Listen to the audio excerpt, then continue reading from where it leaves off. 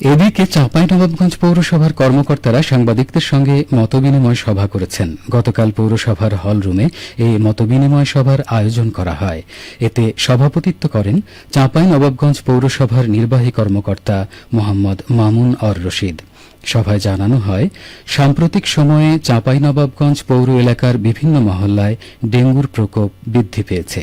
Dengue মোকাবেলায় পৌরসভা কর্তৃপক্ষ মশক নিধন কার্যক্রম সহ বিভিন্ন কর্মসূচি পালন করছেন।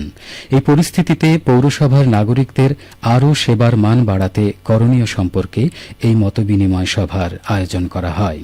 মতবিনিময় সভায় সাংবাদিকরা বলেন, পৌর এলাকার বিভিন্ন মহল্লায় এখনও অনেক ড্রেনে পানি প্রবাহ বন্ধ আছে। ফলে যথাসময়ে পানি নিষ্কাশন না হওয়ায় শহরের বিভিন্ন জায়গায় জলাবদ্ধতা সৃষ্টি হয়।